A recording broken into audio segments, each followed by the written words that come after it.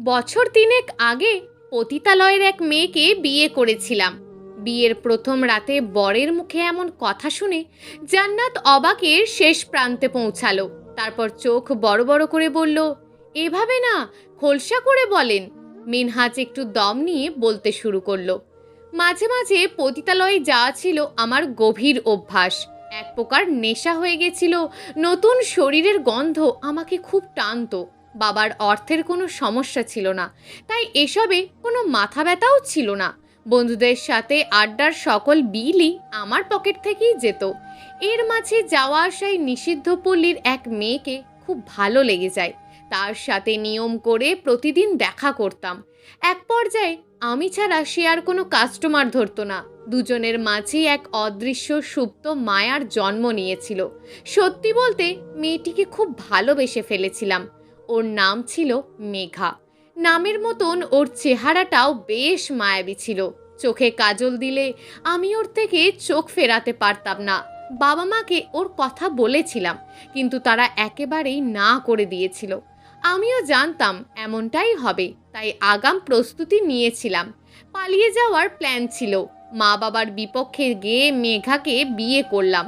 মেঘা সব পরিবেশে অভ্যস্ত ছিল, আমি তা জানি। ও কারোর দেখে ভয় পেত না, সবাইকে পাল্টা জবাব দিত। মেয়েটি নিষিদ্ধ পল্লীর হলেও ওর মাঝে এক সত্য নৈতিকতার ছায়া ছিল। পালিয়ে যাওয়ার প্ল্যান বাদ করে বাড়িতে আসলাম মেঘাকে নিয়ে। এটা অবশ্য মেঘাই বলেছিল। ওর কথাতে সম্মতি দিয়েছিলাম, কিন্তু বাড়ি থেকে আমাকে কোনোভাবেই মেনে নিতে চায়নি। বাড়িতে মেঘাকে সবার সামনেই উপস্থাপন করতেই সবাই আমার উপর রাগান্বিত হলো। আমাকে আর মেঘাকে বাড়ি থেকে বের হয়ে যাওয়ার কথা বলে। তখন মেঘা জবাব দেয়, আপনার ছেলে কোথায় যাবে না যাবে সেটা তার ব্যাপার। আপনাদের ইচ্ছা হলে তাড়িয়ে দেন, তবে আমি এই বাড়ি ছেড়ে কোথাও যাচ্ছি না। যেহেতু আপনার ছেলে আমাকে বিয়ে করেছে, সেই সূত্রে আমি এই বাড়ির বউ, আর এখানে আমার অধিকার আছে। আমি আমার অধিকার থেকে একটুও বঞ্চিত হতে রাজি নই। এখন যদি আপনাদের ইচ্ছে হয় ছেলেকে তাড়িয়ে দেন, যা ইচ্ছা করতে পারেন। মায়ের সাথে মেঘার বেশ তর্কাতর্কি চলল। মা এক পর্যায়ে বললেন, দেখ মিনহাজ, দেখ কাকে বিয়ে করেছিস। মান সম্মান বলে আর তো কিছু রাখলি না। এই মেয়ের না আছে ভদ্রতা, না আছে সুশিক্ষা। দেশে কি মেয়ের অভাব ছিল? শেষমেশে একটা নর্তকীকে বিয়ে করলি। তোর রুচি এত লোপ পেয়েছে, আমার ভাবতেই ঘৃণা হচ্ছে। মায়ের কথা শুনে মেঘা তখন বেশ জোর গলায় বলল, আমাকে নর্তকী বলেন আর প্রতিতা বলেন, আমি কিন্তু এখন এই বাড়ির বউ, আপনার ছেলের বউ। সেই ক্ষেত্রে একটু ভেবে বলবেন। কিছুক্ষণ আগে আমার একটা পরিচয় ছিল, এখন আমার জীবনে নতুন একটা পরিচয় আছে। আর আমাকে যদি যথাযথ অধিকার না দেওয়া হয়, তাহলে আমি সরাসরি কেস করে দেব।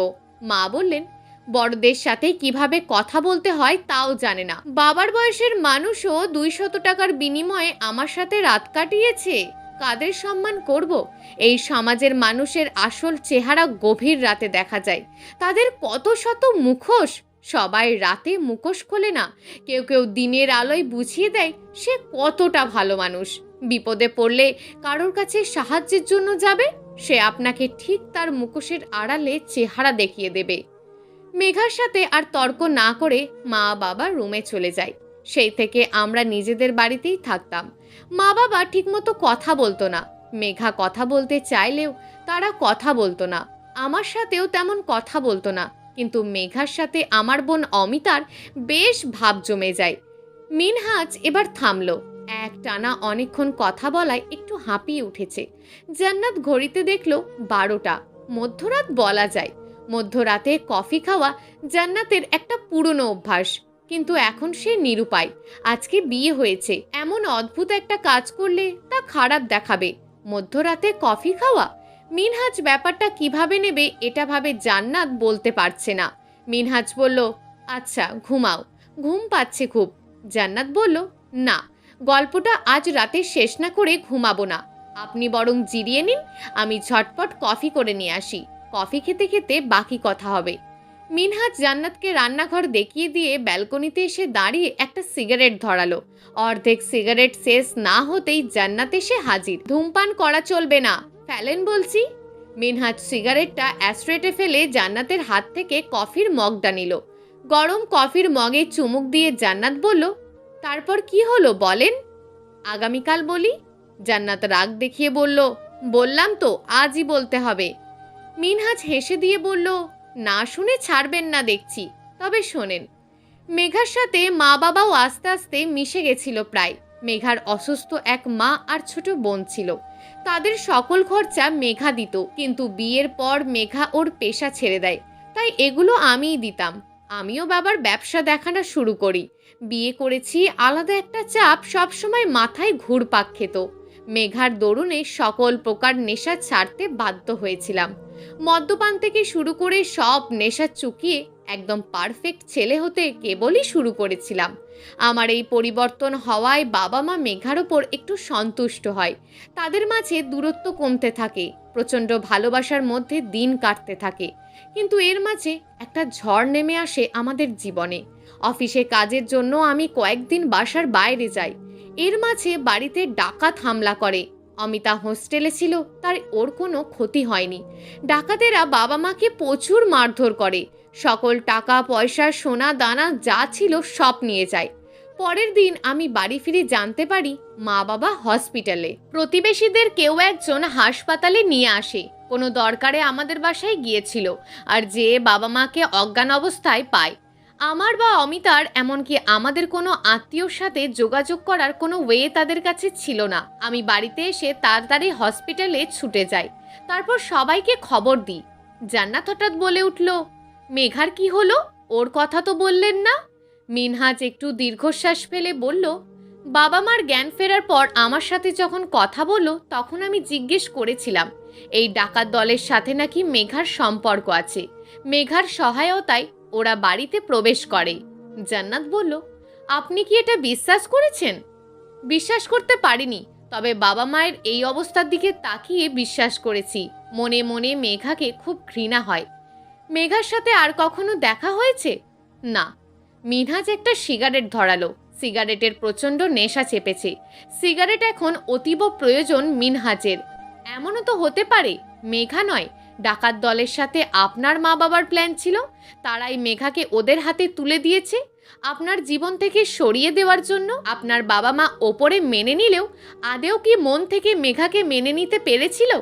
জান্নাতের কথায় মিনহাজের হাত থেকে সিগারেটটা পড়ে গেল। মিনহাজ অবাক হয়ে বলল, কে তুমি? জান্নাত সিরিয়াস ভঙ্গিতে বলল, আমার চোখের দিকে তাকিয়ে দেখেন তো চিনতে পারেন কিনা। মিনহাজ শান্ত ভঙ্গিতে জান্নাতের দিকে তাকালো, খুব সাবধানে জান্নাতের চোখের দিকে দৃষ্টি রেখে পর্যবেক্ষণ করছে। না, তেমন কিছু তো মনে পড়ছে না। মিনহাজ জান্নাতের মুখে দুই হাত দিয়ে ধরে বলল, কে তুমি আর কি বলতে চাও, ক্লিয়ার করে বলো। জান্নাত একটু উত্তেজনা ভাব এনে বলল, জানতে চান সেই ঘটনা? আসলেই মেঘার এই ব্যাপারটা আমি কখনোই ভাবিনি। হ্যাঁ, হতেও পারে হয়তো ওই লোকেদের সাথে বাবা মায়েরই হাত ছিল। আর তুমি কিভাবে জানো এসব? জান্নাত জোরে হেসে বলল, আপনি কি আমার কথা সিরিয়াস নিয়েছেন? তাহলে তুমি কি সিরিয়াস বলনি? জান্নাত হাসি থামিয়ে বলল, আমি তো মজা করলাম। মিনহাজার কথা না বলে রুমে চলে আসলো। পিছে পিছে জান্নাতও আসলো। ওই শোনেন, একদম নেশা করতে পারবেন না। এক কথায় একদম পারফেক্ট স্বামী হতে হবে। আর অতীতে কি হয়েছে সেটা আমার দেখার বিষয় নয়, বর্তমান নিয়ে থাকতে চাই। থাকো, না কি করেছে তোমাকে? কথাটি বলেই মিনহাজ পাশ ফিরে শুয়ে পড়ল। রাত গভীর হয়, মিনহাজ ঘুমে মেতে ওঠে। জান্নাত ব্যালকনির বেতের চেয়ারে বসলো। ঘুম আসছে না। দক্ষিণা বাতাসে জান্নাতের চুলগুলো এলোমেলোভাবে উড়িয়ে দিচ্ছে। জান্নাত চোখ বন্ধ করে শীতল বাতাস অনুভব করছে। জান্নাত আরও অনুভব করলো ওর হাতে কেউ মায়াময়ী ভাবে স্পর্শ করছে। জান্নাত চোখ খুলে দেখলো পাশের চেয়ারটাই মিনহাজ বসে আছে। মিনহাজের এক হাত জান্নাতের হাতের ওপর রাখা। মিনহাজ ফ্যাল করে জান্নাতের দিকে তাকিয়ে রয়েছে। ভ্রম কেটে মিনহাজ বলল, এত রাত অবধি জেগে আছো যে, ঘুম আসছে না? একটু পর ঘুমাবো ভাবলাম, আপনি উঠে আসলেন যে। মিনহাজ জান্নাতের কথা খুব সাবধানে এড়িয়ে গেল। এমন একটা কিছু করলো যেন কিছুই ওর কান পর্যন্ত পৌঁছায়নি। একটা সিগারেট ধরালো। সিগারেটের কয়েকটা টান দিতেই জান্নাত কপট রাগ দেখিয়ে বলল, আপনাকে এসব ছাইপাশ খেতে নিষেধ করেছি না? জান্নাতের কথায় মিনহাজের কোনো ভ্রুক্ষেপ হলো না। জান্নাত সিগারেটটা ফেলে দিয়ে বলল, এসব চলবে না। সকালের জান্নাতের চেঁচামেচিতে ঘুম ভাঙে মিনহাজের। কি হলো, এত চেঁচামেচি করছো কেন? বাবা ফোন করে বলল সে আসতে পারবে না, সে একটা কাজে আটকে গেছে, তাই আমাদের দুজনকেই যেতে পড়ল। এখন উঠে খেয়ে আমাকে উদ্ধার করেন। সবার খাওয়া শেষ। তুমি খেয়েছো? না, এখন খাবো, চলেন। খাবার টেবিলে বসে মিনহাজ বলল, শুনছো মা, জান্নাতের বাবা নাকি আসতে পারছে না, আমাদেরই যেতে হবে। আরে একটু আগে বলতিস, তোর বাবা এগিয়ে দিয়ে আসতো, সে তো মাত্র বের হলো। আহা মা, টেনশন করো না, আমি ঠিক সামলে নেব। শ্বশুর বাড়ির উদ্দেশ্যে জান্নাত আর মিনহাজ বের হলো। বেশি দূর নয়, খানিকটা পথ। একটা সিএনজিতে চড়ল দুজন। জান্নাত ইতস্তত মনোভাব করে বলল, আচ্ছা, আপনি কি এই বিয়েতে খুশি? হঠাৎ এই প্রশ্ন? না, এমনিই বলছি। জান্নাত হাত উঁচিয়ে বলল, ওই দেখেন, আমাদের বাড়িতে চলে এসছি। কাজ করছিলাম, ঘুমিয়ে গেলাম।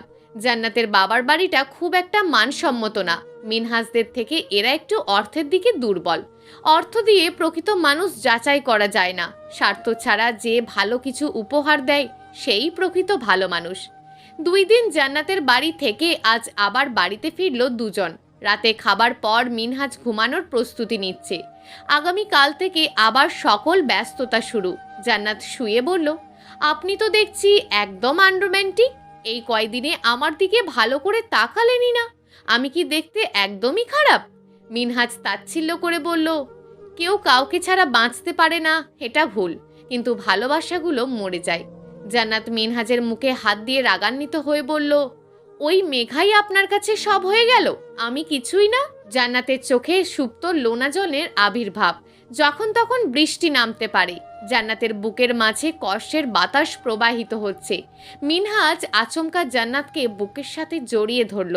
জান্নাত অবাক হয়নি, কারণ এটাই ও চেয়েছিল, যেটা ওর অধিকার। সকালে মিনহাজ অফিসে যাওয়ার জন্য রেডি হচ্ছে। জান্নাত গত রাতের কথা ভেবে মিনহাজের সামনে আসতে লজ্জা পাচ্ছে। ব্যাপারটা মিনহাজের নজর এড়ালো না। মিনহাজ তাকে ডেকে বলল, পালিয়ে বেড়াচ্ছেন কেন ম্যাডাম? জান্নাত আমতা আমতা করে বলল, কই না তো। মিনহাজ জান্নাতের হাত ছেড়ে দিয়ে অফিসের উদ্দেশ্যে বের হলো। কলিং বেল বাজছে। বাসায় জান্নাত ছাড়া আর কেউ নেই। দরজা খুলে জান্নাত দেখলো একটা মেয়ে দাঁড়িয়ে আছে। জান্নাত বলল, কে আপনি? কাকে চান? মেয়েটি বলল, আমার নাম মেঘা, মিনহাজকে চাই, আমিও স্ত্রী। মেয়েটির কথা শুনে জান্নাতের মাথায় আকাশ ভেঙে পড়ার মতন অবস্থা। কি শুনলো ও এটা? জান্নাত কিছুক্ষণ চুপ থেকে বলল, মিনহাজের স্ত্রী মানে? কি বলছেন এসব? যদিও ব্যাপারটা জান্নাত বুঝতে পেরেছে এই হচ্ছে মেঘা। মেঘা হেসে দিয়ে জান্নাতকে বলল, এই বাড়ির নতুন কাজের মেয়ে নাকি? আমাকে দেখে কি আপনার কাজের মেয়ে মনে হয়? জান্নাতের কথায় উত্তর না দিয়ে জান্নাতকে উপেক্ষা করে মেঘা বাড়ির ভিতরে ঢুকলো। সোফায় এসে বসলো, বলল, এক কাপ চা দেন তো। মেঘাকে দেখার পর থেকেই জান্নাতের কেমন যেন অস্থির লাগছে, শরীর জ্বলে যাচ্ছে। অমিতার নতুন কণ্ঠের আওয়াজ শুনে বের হয়ে আসলো। এসে তো অবাক, মেঘার সাথে আবার কখনো দেখা হবে এটা সে কখনোই ভাবেনি। 3 বছর পর মেঘার সাথে দেখা। সবাই ধরে নিয়েছে মেঘা হয়তো লজ্জায় আর কখনো ওর অস্তিত্ব উপস্থাপন করবে না। কিন্তু নিষিদ্ধ পল্লীর মেয়েদের যে কোনো লজ্জা নাই, এটা অমিতা ঠিক বুঝতে পারল না। যার সুশিক্ষা নেই, যে কখনো ভালো ব্যবহার পায়নি, ভদ্রতা কাকে বলে জানে না, তার কাছ থেকে ভালো কিছু আশা করাটা সত্যিই হাস্যকর। অমিতা চেঁচিয়ে ওর মাকে ডাকলো। অমিতার মা ড্রয়িং রুমে এসে তো অবাক হয়ে দাঁড়িয়ে রইলেন। এটা তাকে দেখতে হবে তিনি কখনোই ভাবেননি। তিনি কপট রাগ দেখিয়ে বললেন, তোমার যদি একটু মান সম্মান বোধ থাকতো, তাহলে আর এই মুখ নিয়ে আমাদের দেখাতে না। এত টাকা পয়সা নিয়েও তোমার মন ভরেনি? আবার কি চুরি করতে এসেছো তুমি? চুরি নয়, বরং আমার অধিকার নিতে এসছি।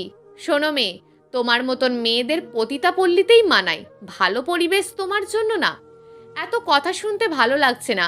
আমি মিনহাজের প্রথম স্ত্রী, এখনো আমাদের ডিভোর্স হয়নি, তাই আমার অধিকার এখনো আছে। জান্নাত প্রচণ্ড রেগে বলল, আম্মা, ওকে তাড়াতাড়ি চলে যেতে বলেন, আমার কিন্তু প্রচণ্ড রাগ হচ্ছে। মিনহাজের সাথে দেখা না করে এক পাও নড়ছি না। আর আমি যাব কেন? এই বাড়িতে আমার সম্পূর্ণ অধিকার আছে, আমি এখানেই থাকবো। জান্নাত রুমে গিয়ে মিনহাজকে ফোন দিল। আপনি এখনই বাসায় আসেন। মিনহাজ অবাক হয়ে বলল, এখন কেন, কি হয়েছে, কোনো সমস্যা, সব ঠিক আছে তো? এত কিছু বলতে পারবো না, আসতে বলেছি আসেন, বলেই জান্নাত লাইন কেটে দিল। মিনহাজ দ্রুত বাসায় আসার চেষ্টা করছে। মিনহাজ বাসায় ঢুকেই মেঘাকে দেখে অবাক হলো। সামনে মা, অমিতা, জান্নাত দাঁড়িয়ে আছে। মিনহাজ অষ্টমাচর্য হয়ে বলল, মেঘা তুমি? জানি আশা করনি আমাকে, তুমি আমাকে ছাড়া ভালো থাকলেও আমি তোমাকে ছাড়া ভালো থাকতে পারি বলো, তাই তো চলে এলাম। মিনহাজের মা বলল, দেখ কি মেয়ে বিয়ে করেছিলি, তোকে আমি কতবার বলেছিলাম নর্তকীরা কখনো সাধারণ মানুষের মতন জীবনযাপন করতে পারে না। তুই বলেছিলি ও সম্পূর্ণ আলাদা, এই তার নমুনা। বিড়ালকে যতই ভালো খাবার দাও ও ইঁদুর দেখলেই ধরবে, আর নষ্ট মেয়েদের ভালো পরিবেশে রাখলেই তাদের আচরণ পরিবর্তন করা যায় না। অমিতা মুখ খুলল, ভাইয়া একে বিদায় করো, ও যতক্ষণ বাড়িতে থাকবে কেমন দুর্গন্ধ লাগছে পরিবেশটা, চারিদিকে পাপি পাপি গন্ধ ভেসে আসছে। মেঘা সবার কথা উপেক্ষা করে মিনহাজের কাছে গিয়ে বলল, ইস কত শুকিয়ে গেছো, একদম আমায় ধরবি না, তোর ওই অপবিত্র, তোর ওই সারা শরীরে পাপ ছড়িয়ে আছে, এখনই এখান থেকে চলে যা, তোর মুখও আমি দেখতে চাই না। আমার অধিকার থেকে আমি এক পাও অনড় হব না, আমার অধিকার আমি হাসিল করেই ছাড়ব। তুই তো অধিকার না, টাকা নেওয়ার ধান্দায় এসেছিস, বল কত টাকা চাই তোর? আমার টাকা চাই না, আমার শুধু তোমাকে চাই, আর একটা কথাও বলবি না, এখনই বের হয়ে যা বাড়ি থেকে, নয়তো খুব খারাপ হয়ে যাবে। মেঘা হাসল, এমন করছো কেন, তোমার শরীর ঠিক আছে তো? বললাম না শরীরে হাত দিবি না, তোর স্পর্শ আমার কাছে চরম ঘৃণা লাগে, যা বের হয়ে যা বলছি। মেঘার মাঝে কোনো পরিবর্তন নেই। মিনহাজ মেঘার হাত ধরে টানতে টানতে বাড়ির বাইরে বের করে দিয়ে দরজা বন্ধ করে দিল। এতটা চাপ নেওয়া কষ্ট হয়ে যাচ্ছে, কেউ ঠিকমতো আচরণ করছে না। মিনহাজের বাবা রাতে বাসায় ফিরে এসব শুনে মিনহাজকে উত্তম মধ্যম দিলেন। জান্নাত ঠিকমতো কথা বলছে না। মিনহাজ একা একা ব্যালকনির বেতের চেয়ারে বসে আছে, মনটা বেশ খারাপ। সকালের কলিং বেল বেজেই চলেছে, সবাই ব্যস্ত, তাই মিনহাজ দরজা খুলল। তারপর চোখ বড় বড় করে তাকিয়ে রইল। দরজার ওপাশে পুলিশ দাঁড়িয়ে।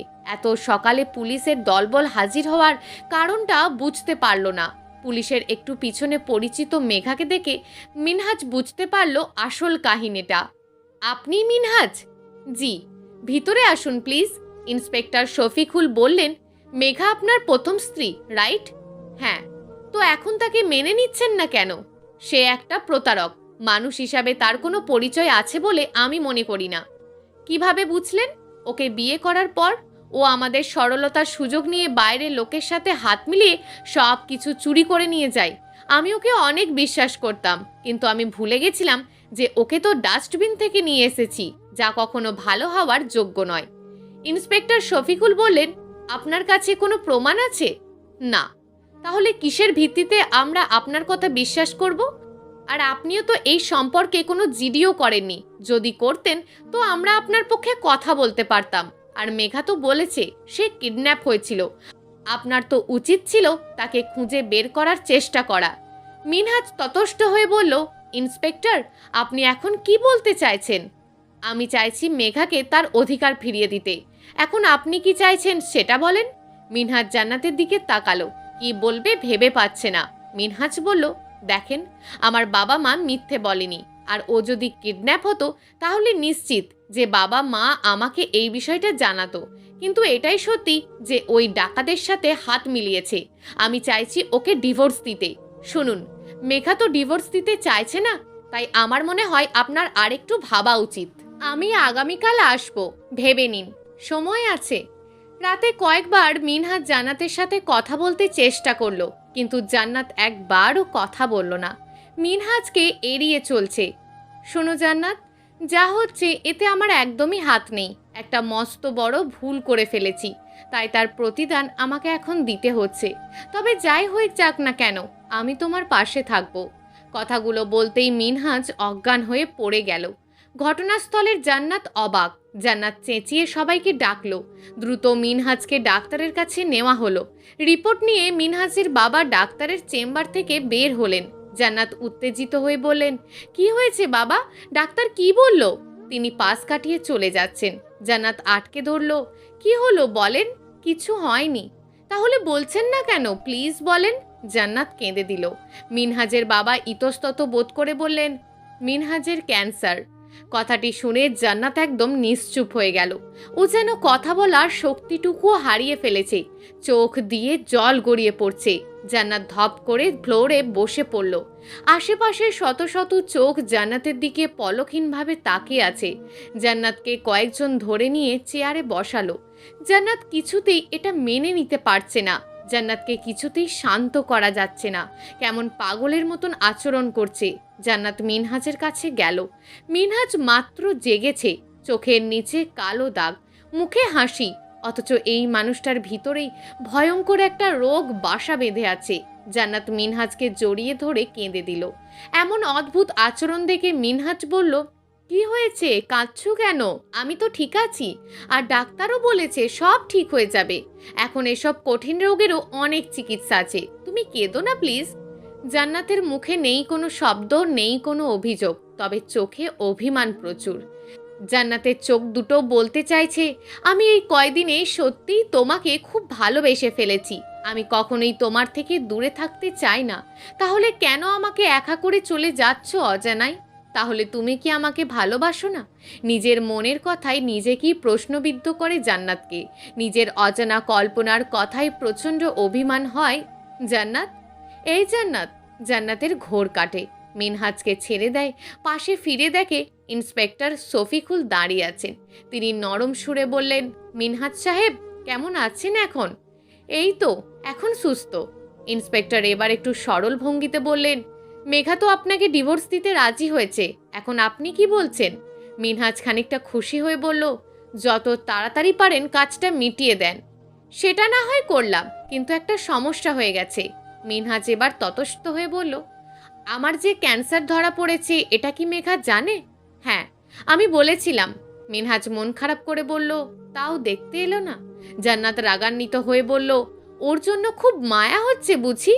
তা না, তবে আমার এত বড় একটা অসুখ, যখন তখন মারা যেতে পারি, এটা জেনে তো ও একবার হলেও আসার দরকার ছিল। ইন্সপেক্টর বললেন, সেটা তার ব্যক্তিগত ব্যাপার, আমি এটা নিয়ে কথা বলতে চাইছি না। আপনি যত দ্রুত পারেন ডিভোর্সের কাজটা মিটিয়ে দেন। ইন্সপেক্টর চেয়ার টেনে বসলেন। মিনহাজ সাহেব, কিন্তু এখানে মেঘা দাবি করেছে 1,01,00,000 টাকা। জান্নাত চমকে উঠল। এত টাকা? মিনহাজের দিকে তাকিয়ে দেখলো সেও অবাক হয়ে তাকিয়ে আছে। মিনহাজ উত্তেজনা নিয়ে বলল, এগুলো এত টাকা কেন হবে? দেখুন, এখানে তো আমার কিছু বলার নেই। যা লেখা আছে তাই আমি বলছি। না, এত টাকা না। মেঘার কাছে শুনে দেখেন, আপনাদের কোথাও ভুল হচ্ছে। ইন্সপেক্টর বললেন, দেখুন, আমি একটা তারিখ ঠিক করে জানাবো। এখন যদি আপনারা না পারেন, তাহলে মেঘাকে মেনে নেওয়া ছাড়া উপায় থাকবে না। আজ তাহলে উঠি। ইন্সপেক্টর শফিকুলের কাছ থেকে সবকিছু শুনে মিনহাজের বাবার মাথাও কাজ করছে না। এত টাকা কোথায় পাবে? তার মাথায় শুধু এই চিন্তায় ঘুরপাক খাচ্ছে। জান্নাত মিনহাজের বাবাকে বললেন সবকিছু, যদিও তিনি আগেই সবটা ইন্সপেক্টর শফিকুলের কাছ থেকে জেনে নিয়েছিলেন। আমার কাছে তো এত টাকা নেই, তার উপর ব্যবসায় খালি লস হয়েই যাচ্ছে। কিছুদিন আগে ব্যাংকের লোন শোধ করে আমি এখন শূন্য হাতে আছি। এখনও মিনহাজের চিকিৎসার অনেক বাকি, হয়তো অনেক টাকা লাগবে। আমার কাছে যা আছে তা দিয়ে সব কিছু কমপ্লিট হবে না। তিনি মাথায় হাত দিয়ে বললেন, আমি এখন কি করব কিছুই বুঝতে পারছি না। জান্নাত বলল, বাবা আপনি এত টেনশন করবেন না, আমি দেখছি কি করা যায়। মিনহাজের খেয়াল রাখবেন, আমার ফিরতে রাত হতে পারে। আমি যত তাড়াতাড়ি সম্ভব চলে আসার চেষ্টা করব। মিনহাজের বাবা অবাক হয়ে বললেন, কোথায় যাচ্ছ তুমি? মা বাবার কাছে যাচ্ছি, তারা যদি কোনো সাহায্য করতে পারে। শুনলাম তারাই নাকি একটু খারাপের মধ্যে আছে। এখন তুমি যেও না, তারও আরও বেশি সমস্যায় পড়বে। তুমি থাকো, আমি দেখি কোনো ব্যবস্থা করতে পারি কি না। না, তাও আমি একবার যেতে চাই।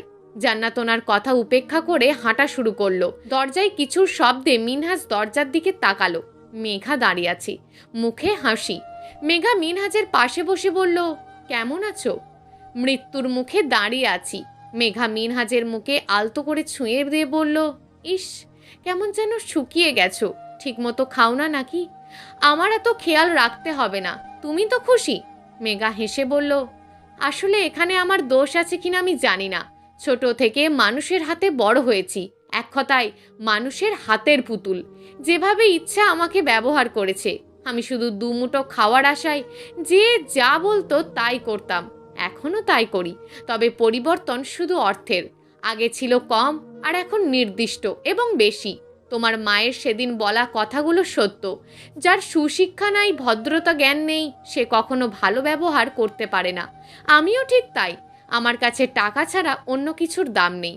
মেঘা আর একটু তাচ্ছিলের হাসি দিয়ে বলল, আর ভালোবাসা, সে তো মরে গেছে, তাই এখন আর আবেগে মন টানে না। তবে আমার জীবনে যদি কোনো ভুল থাকে, সেটা তোমাকে ধোঁকা দিয়ে যে ভুল করেছি। তুমি একজন ভালো মানুষ, তোমার পরিবারের সবাইও খুব ভালো। মেঘা উঠে দাঁড়িয়ে বলল, আজ তাহলে উঠি। এই জীবনে তোমার সাথে আর দেখা করার ইচ্ছে নেই। ইচ্ছা আছে, কিন্তু দেখা করব না। মেঘা উঠে দরজার কাছে যেতেই মিনহাজ বলল, দাবিতে 1 কোটি টাকা কিভাবে হলো বুঝলাম না। মেঘা হাসল, মুখের হাসির রেখা টেনে চলে গেল। কোনো প্রতিউত্তর করল না। মনে মনে বলল, আজ তো একটা বোকা। বাবা, আমার 50 লক্ষ টাকা লাগবে। জান্নাতের এমন কথা শুনে ওর বাবা মা অবাক হয়ে তাকিয়ে রইল। এত টাকা কি করবি? কি করব সেটা তোমার না জানলেও চলবে। তবে আজকের বিকেলের মধ্যে যদি আমার শ্বশুরের কাছে 50 লক্ষ টাকা না দাও, তবে মনে রাখবে তোমার মেয়ে মারা গেছে। জান্নাত নামের কোনো মেয়ে তোমাদের ছিলই না। আর হ্যাঁ, তোমাদের জামাই অসুস্থ, হাসপাতালে ভর্তি আছে। যদি টাকা না দাও তবে দেখতে এসো না, আমার অনুরোধ রইল। জান্নাতের বাবা ওর দিকে তাকিয়ে দেখলো তার মেয়ের মাঝে কেমন অগোছালো একটা ভাব। মনে হচ্ছে কয়েকদিন ঠিকমতো খায়নি। জান্নাত দ্রুত ওদের বাড়ি থেকে বের হয়ে আসলো। উদ্দেশ্য হাসপাতাল। পরের দিন সবার উপস্থিতিতে মিনহাজ মেঘার ডিভোর্স সম্পন্ন হলো। যদিও পুরোপুরি না, 6 মাস সময় লাগবে। তবে এখানে কঠিন একটা স্ট্যাম্প করা হলো। এরপর দুজনের কেউ চাইলেও আর একসাথে হতে পারবে না। মিনহাজকে বাসায় নিয়ে আসা হয়েছে। ডাক্তার যখন বলল আপনারা পেশেন্টকে বাড়ি নিয়ে যেতে পারবেন, তখন সবাই অবাক হয়ে বলল, মানে এত বড় অসুস্থতার মাঝে বাড়িতে নিয়ে গিয়ে কি করব? ডাক্তার হেসে দিয়ে বলল, আসলে ব্যাপারটা সাজানো, ওনার তেমন কিছুই হয়নি। উনি আমাকে এইসব ঝামেলার কথা বলেছিলেন, তাই আমরা দুজন মিলে এই প্ল্যান করি যাতে মেঘাকে তাড়াতাড়ি দূর করা যায়। মেঘা এমনিতেও চলে যেত, কিন্তু একটু সময় নিত আর ঝামেলা বাঁধাতো, তাই এই প্ল্যান করা। ওনার মাথায় একটু চোট পেয়েছে, ওষুধ ঠিক মতন খাওয়ালে ঠিক হয়ে যাবে। ডাক্তারের কথা শুনে জান্নাতের মনে এক কালো অন্ধকার জমা ছিল, তা মুছে গেল। কিন্তু ওই জায়গাটুকু অভিমানে ভরল। কত টেনশনে ছিলাম, আর সে আমার সাথে এমনটা করলো। বাড়িতে এসে জান্নাত মিনহাজের সাথে কথা বলছে না। খুব অভিমান করেছে। মনে অভিমানের এক বিশাল পাহাড় এঁকে রেখেছে। রাতে মিনহাজের জন্য খাবার দিতে রুমে গেলে মিনহাজ বলল, কি ব্যাপার, কথা বলছো না কেন?